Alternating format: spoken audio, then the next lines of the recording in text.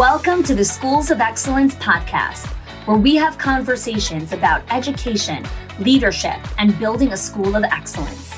The goal on this show is to bring you clarity, up-level your mindset, and give you practical strategies and inspiration so you can show up with confidence and trust your decision-making. I'm Chani Wolshansky. I'm a mom of 4 under 10, a former New Yorker, and been in the early childhood field my entire life. And I'm so grateful that you've joined me for this conversation. Welcome back to the Schools of Excellence podcast.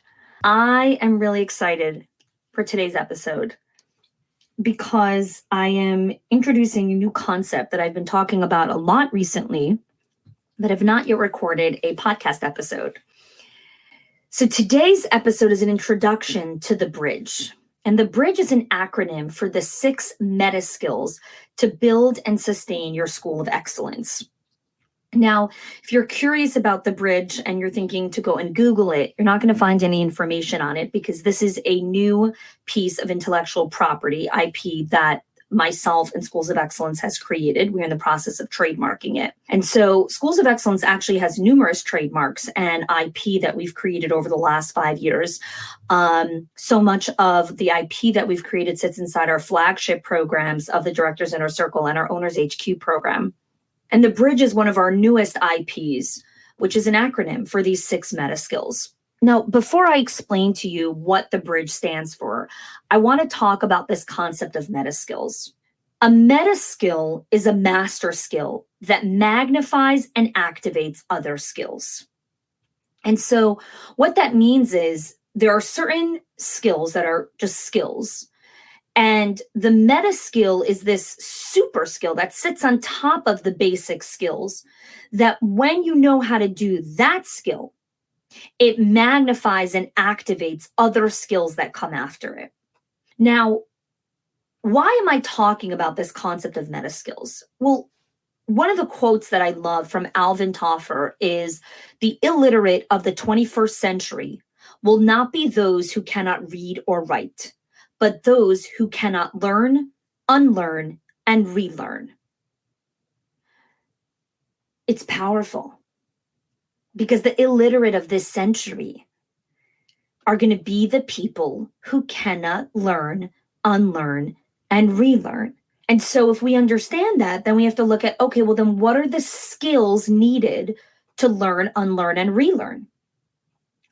Well, what we're experiencing in the world today is a world that cannot tolerate discomfort. It is a world that cannot sit in pain. We cannot sit in the unknowing, the not knowing, the pause, the quiet. It needs to be filled immediately with stimulation. We struggle with sitting with the uncertainty, with the ambiguity. And so we systematize it. Let's create a process. Let's create a system. Let's create a checklist. Let's create a PowerPoint. Let's put as many barriers as humanly possible to the discomfort so we don't have to feel the discomfort. I'm all for systems and processes. Schools of Excellence has multiple systems and processes and blueprints that we've created to help school leaders streamline their operations and the way that they operate and run their schools. The issue with systems is when they become false gods. It's when we worship the system and the process and the policy as the end all be all. If I could just train them on this system, they won't make mistakes. If I could just get them to understand this process, then, it would be amazing. If I could just teach them the process of how we close tours, then they would close every single tour. If I could just teach them this slide deck, if I could just finish creating this handbook, and when I add page 49 with this 10th bullet point, bam, now I've eliminated all my problems. Guys, when we buy into this false philosophy that there is some powerful way to escape pain or discomfort or mistakes, you're being delusional. You're being delusional. And if listening to this makes you uncomfortable, that's okay. You don't need to listen to this podcast. You can skip and go listen to some of my other episodes that are a little bit different than this episode. Here I'm going to be talking straight talk. We have to stop obsessing over the checklist and the process. It is killing our cultures. We are obsessed with systemization and operations. And we have completely lost the plot that no system is foolproof. Look at the supply chain crisis. Look at inflation right now. Look at the state of our world. Do you think we're going to systematize our way out of inflation? Do you think you're going to systematize your way out of the supply chain crisis? Do you think you're going to process your way out of all the issues that are going on in the world? That's not the way you come out of the pain or of any issue or obstacle or struggle. First, you have to sit with it. What's really going on here? What's happening here? Where do we need to create more space, more margin for error, more margin for human error, more space for reflection so that we can learn and unlearn and see what's next? Everyone is very quick to finger point. It's because this handbook didn't have page 49 with bullet point 72. That is why the teacher made that mistake. No, that is not why the teacher made that mistake. If you would have said this word during the tour, you would have closed the tour. Really? Is that true? This is where nuanced learning comes in. And we don't like nuanced learning. We don't like ambiguity. We want black and white. It's either this or this. Because then we can control it. Then we can control it. And when I can control it, then I feel safe. Then all is well in the world because I can manipulate and control the outcome. You cannot manipulate, exploit, or control anyone, any outcome, any person. You are in charge of yourself. You are in control of yourself. That's it. It's the only person you're in control of. Why am I going down this whole rabbit hole here? Because we have created almost this marriage contract with our systems. And we've created a false narrative that if I get my systems and operations well, I'm golden. I talk to leaders all the time. 9 out of 10 times, what's your biggest problem? I need to get my systems in order. I need to get my processes in order. I need to get my operations in order. I need to get my staff to follow, school policy. I need to, create more accountability. I need to, all the things. Yes. You need to do all the things. Do you know what the first thing we teach in any of my leadership programs? How to control yourself, how to lead yourself, how to manage yourself, how to be disciplined with yourself. And then you could start to learn how to do that with others and lead others. We look outside of ourselves because we believe all the problems sit outside of us. So we also believe all the answers sit outside of us. When you learn to shift your mindset that the struggles live here, so the answers live here, your life becomes more free. Jocko Willink is a retired Navy SEAL. And one of his famous quotes that I absolutely love, discipline is freedom. Discipline is freedom. Not spreadsheet is freedom. Not SOP is freedom. Not PowerPoint handbook blueprint is freedom. Discipline. Discipline will give you the freedom that you're looking for. And the discipline doesn't come from controlling or manipulating other people. It comes from understanding the meta skills that you need to understand how to do. Now, the reason I use such strong words like control, manipulate, and exploit is because we are delusional thinking that we're not doing those things, but we are. When you are asking questions like, How do I get my team to do that? What you're essentially saying is, how do I control their outcomes? How do I manipulate the behavior to make it the way that I want it? It feels uncomfortable to hear that, but this podcast is about learning how to tolerate discomfort. So you're in good company. The question is not, how do I get my people to do that? The question is, what are my values? What are the meta skills that my people need to learn to honor these values? And how do I design an environment where my team practices the company values? Sounds so simple, but very difficult to execute on, because all of those answers lie within. All of those answers are not on a spreadsheet. You cannot Google it. You cannot buy it. You cannot borrow it from the school next door. You cannot go to a conference and get it. You cannot go to a training and listen to it and copy it or swipe copy it or steal it. It sits within you. And that discomfort is not fun.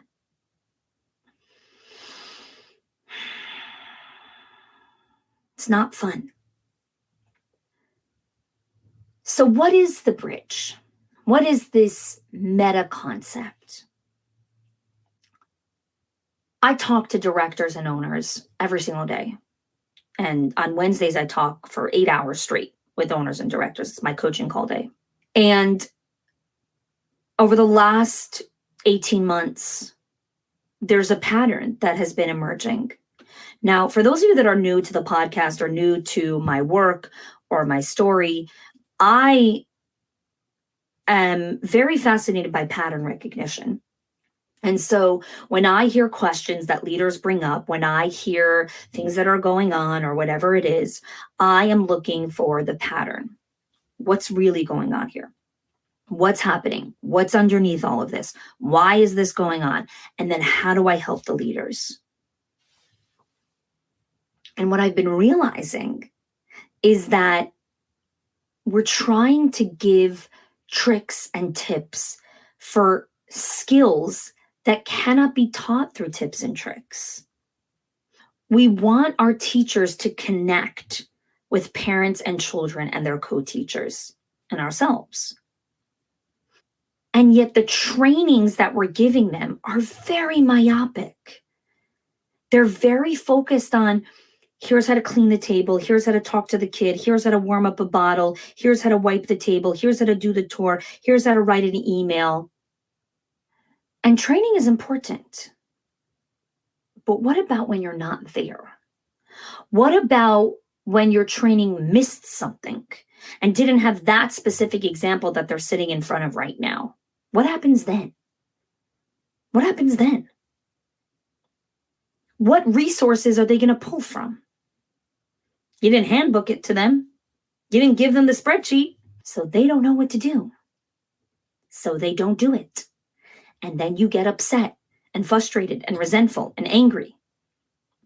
And then you say, they're just not a good fit. We should just let them go. No one's really committed now. All the things. What if it's not that? What if they need help with these meta skills? What if they need help with these bigger concepts? And so I called it the bridge because when you practice these meta skills, you create the bridge of connection with the people you want to be in relationship with. So today's episode, I'm going to give you a high-level view of these 6 meta skills. And over the next 6 weeks, every episode, we're going to go into greater depth for each one of these meta skills.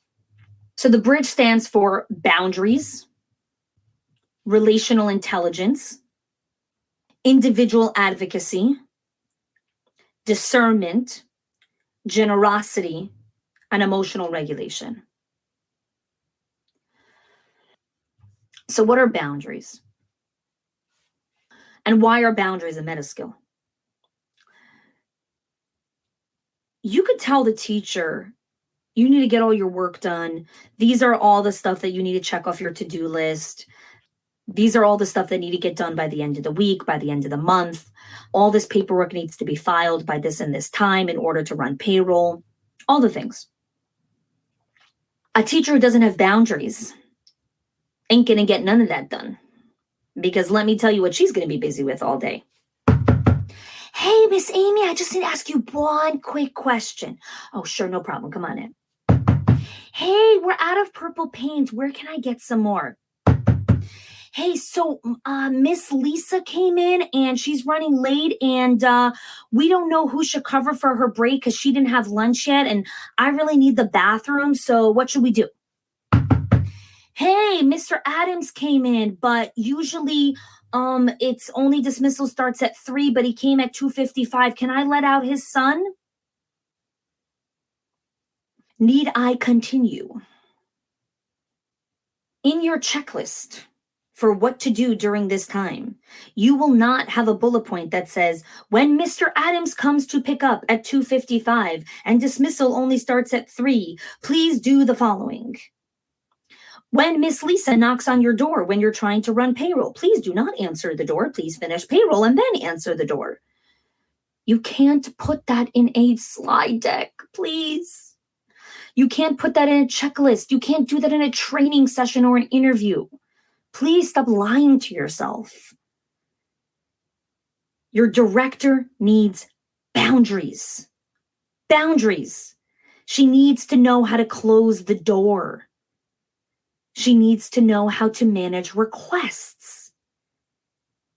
She needs to know how to manage disruptions throughout the day and make time for appropriate disruptions, meaning she can't keep the door closed the whole day, right? I already know some of you are listening, but honey, what if I have a director who keeps the door closed all day?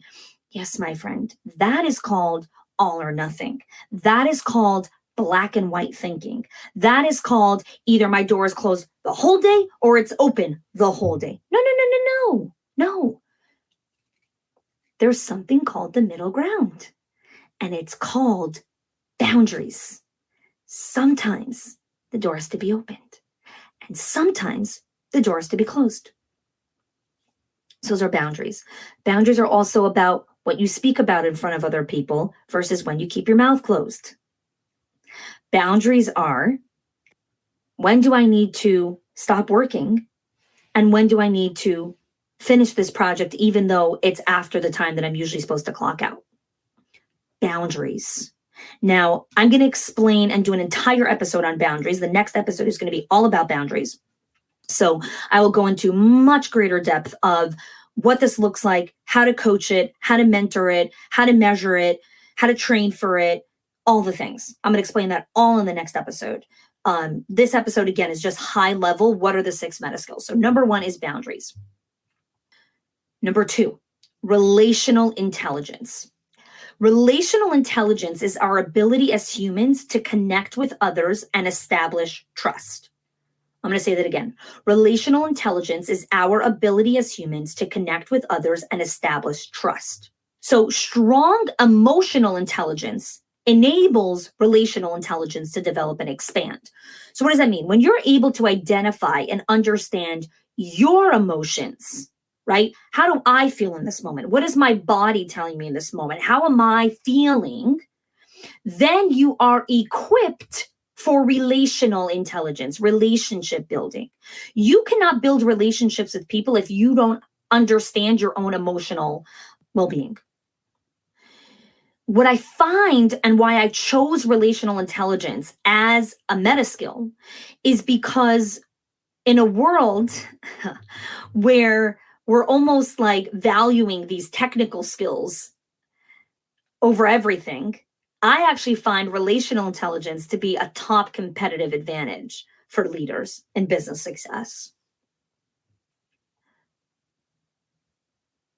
The skill of relational intelligence, right?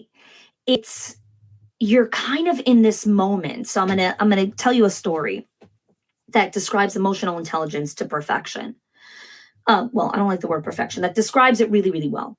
So Michelina and I, Michelina is the head of product and head of community in Schools of Excellence. And a couple weeks ago, she and I met for a full week of training to work on the next level product of the Directors Inner Circle and our Owners HQ program. We're constantly evolving the product and expanding and growing it. And so every year around May and June time, we spend time kind of mapping out what the next 12 months will look like. During our training session, I got news that one of our members who's been sick for a while passed away.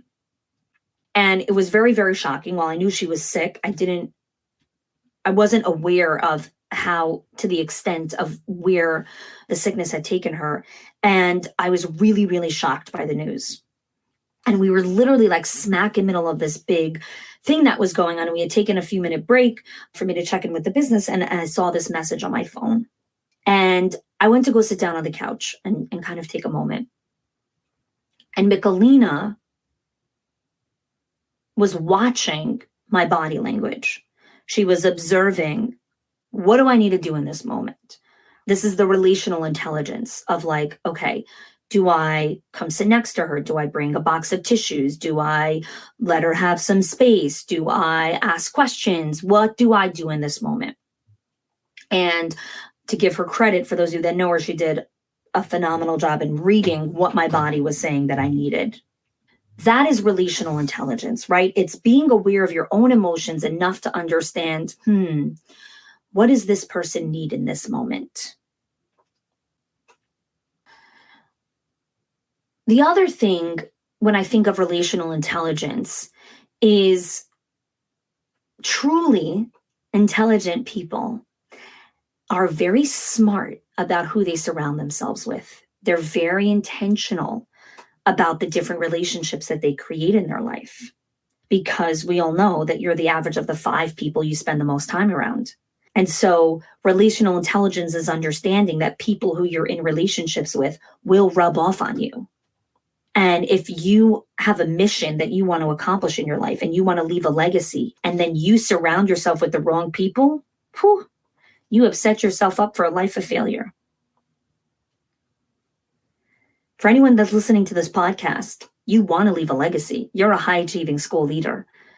Being relationally smart and intelligent about who you surround yourself with is powerful. That's why it's a meta skill. All right. So far we have gone into boundaries and relational intelligence. Let's continue. Individual advocacy. Individual advocacy is a meta skill because it is understanding how to conquer obstacles and make effective decisions. It is the ability to act as an effective agent for yourself. When a person has advocacy, it alleviates their anxiety because they know how to manage competing demands. They know how to break through their own state of overwhelm because they're cognizant of, ooh, I'm overwhelmed. Ooh, I've got a lot of competing priorities here.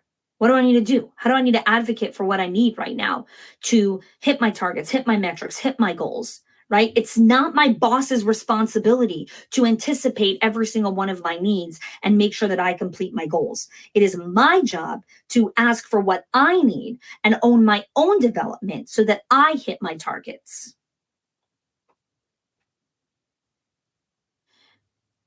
People who have advocacy and agency in their life, you're usually not going to find them saying things like, I'm so overwhelmed. I'm so overwhelmed. I'm always feeling anxious. I'm always burnt out. I'm anxious. I'm overwhelmed. I'm burnt out. I don't know what to do. I don't know what to do. We're all going to have seasons or moments of anxiety, right? That's part of life. There's going to be moments where we feel like it's too much. It's overwhelming. It's anxious. It's a lot. It's heavy. We're all going to have moments of that.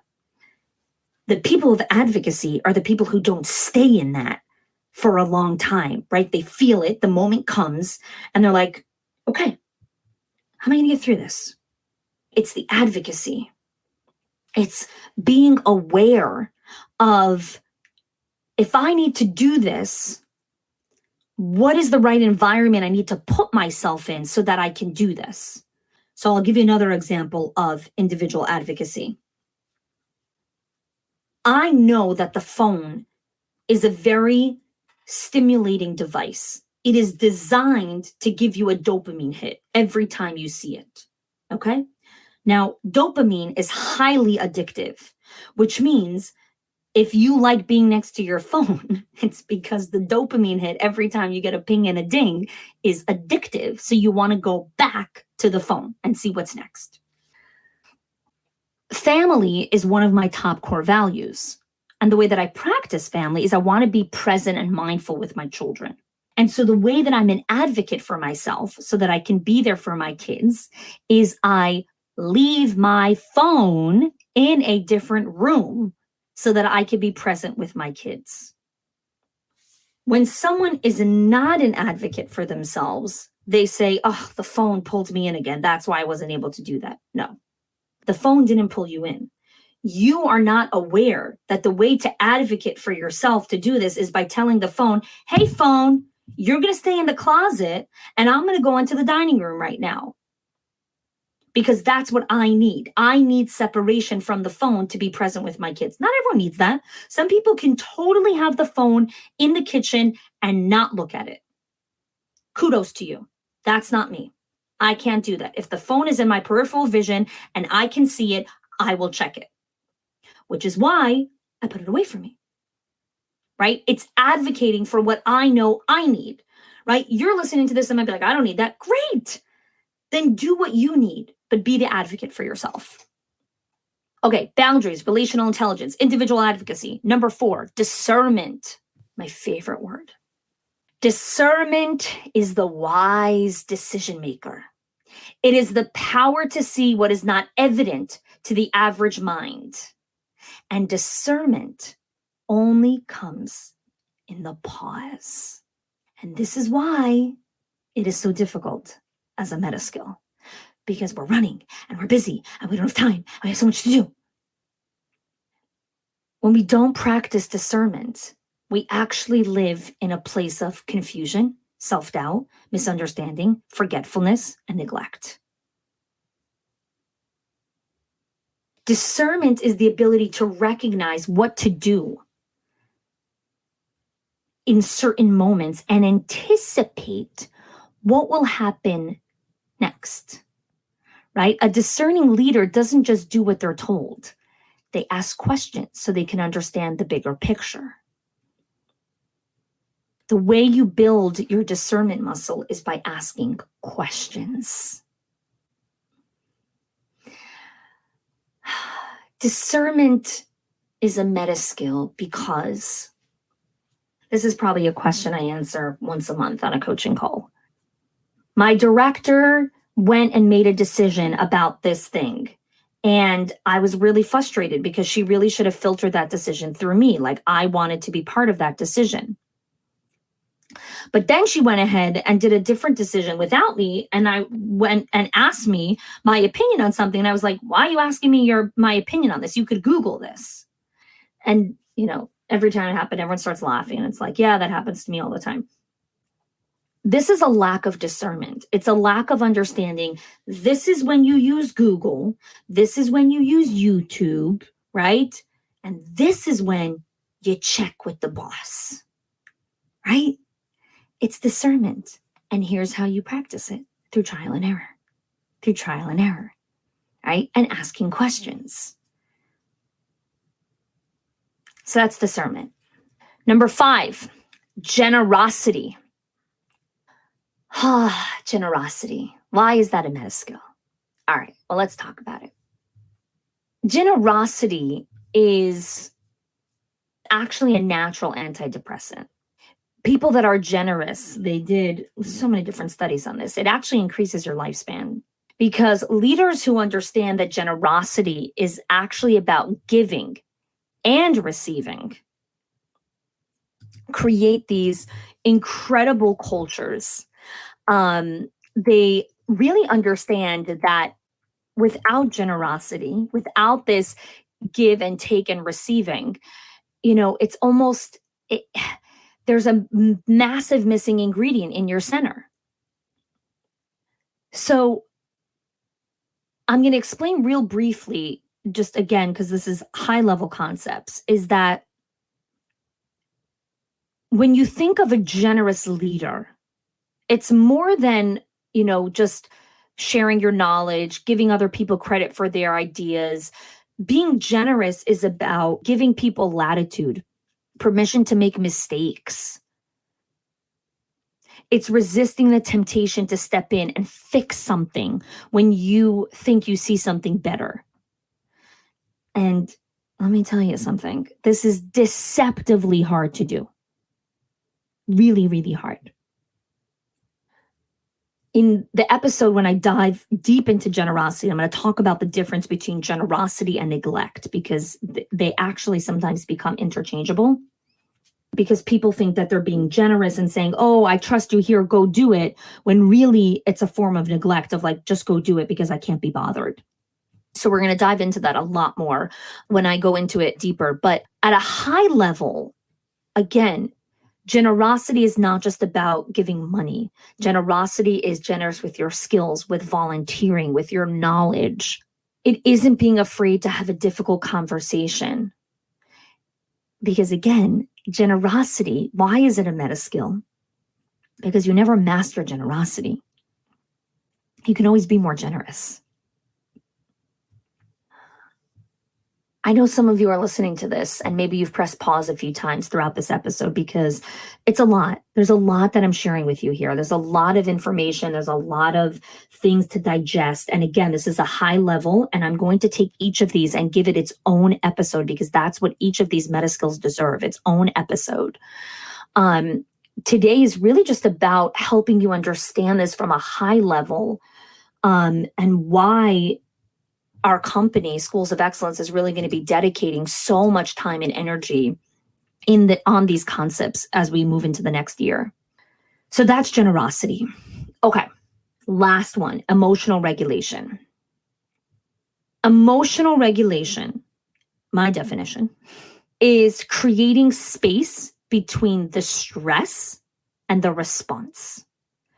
Again, it's creating space between the stressor, the thing that stressed you, and the response.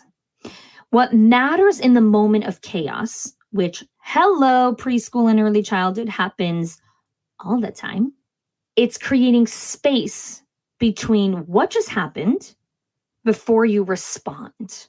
It's this environmental awareness around, oh, Lisa just pulled Max's hair. How do I want to respond to that? And the emotional regulation, what you're looking for, is prolonging the space between what triggered you, that stressor, and your response. Because the more space that you create between those two things, the more you're going to respond in a rational and regulated way.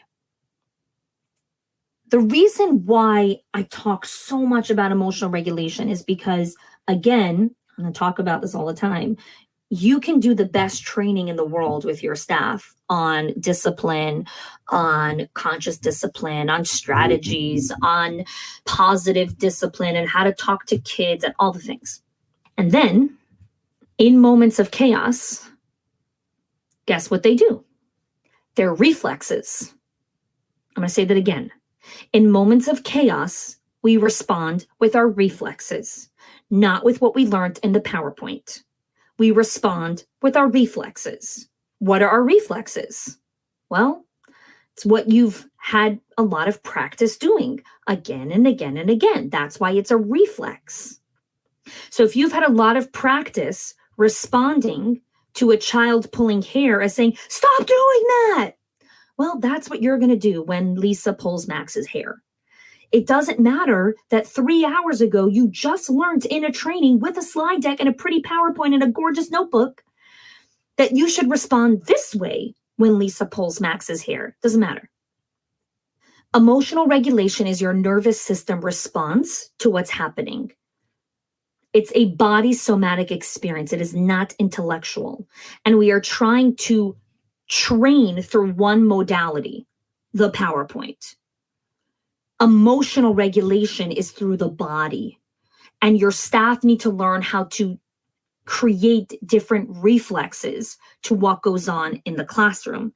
And your directors need to learn how to train themselves to have different responses when their staff do crazy things that drive them bananas, like call-ins and coming late and knocking on the door and They need to learn different reflexes. right? You can tell them all day long, here's how to respond. Here's the policy. Here's what to say. Here's the script. Here's the blueprint. Doesn't matter. In the moment of impact, when it's high stress and high strung, right? You're down to your reflexes. You're down to your reflexes. That's what you got, right? This is why fighter pilots and people who work in the K-9 unit and people who work in relief and disaster relief and recovery, why do they train all the time? Why are people who work in the K-9 units, who work in disaster and relief, why do they train every single day? Is there a disaster every single day? Is there a natural disaster every day? Is there a crazy need for relief every single day? Of course not. It doesn't happen every single day.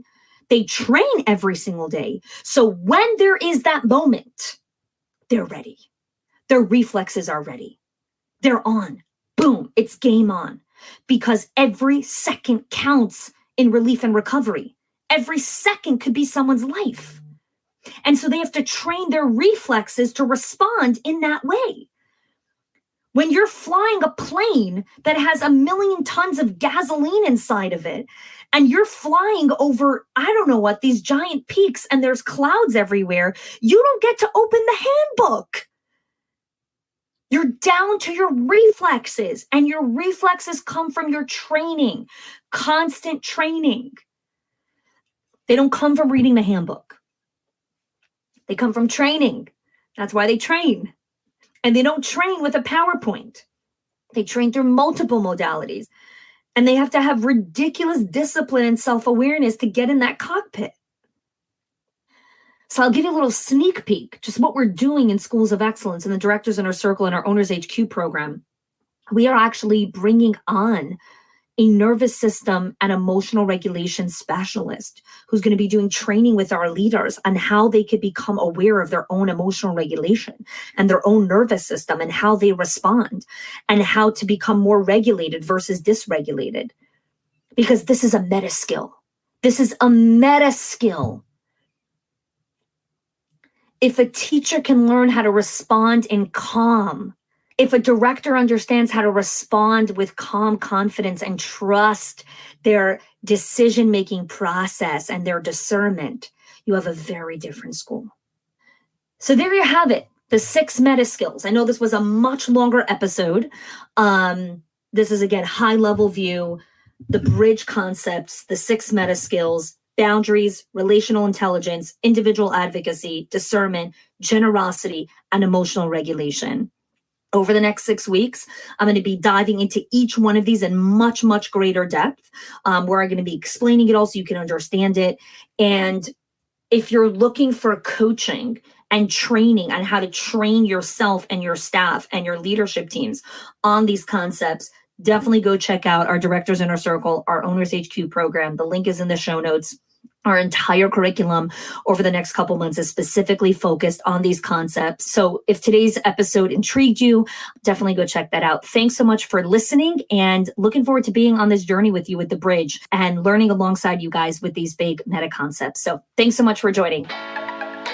If you are loving the Schools of Excellence podcast and have gotten any value out of it for your school, I would love if you can do 2 things for me. 1, subscribe to the show so you never miss an episode. And 2, can you please leave us a review? Reviews help other school leaders know that this is the place to learn how to build a school of excellence. And I would be so grateful if you can do that for us. Your help and support makes this show to be able to be listened by the thousands of other school leaders all around the world. Thanks so much for listening, for giving us your time and attention each and every week, and I appreciate that you have joined us.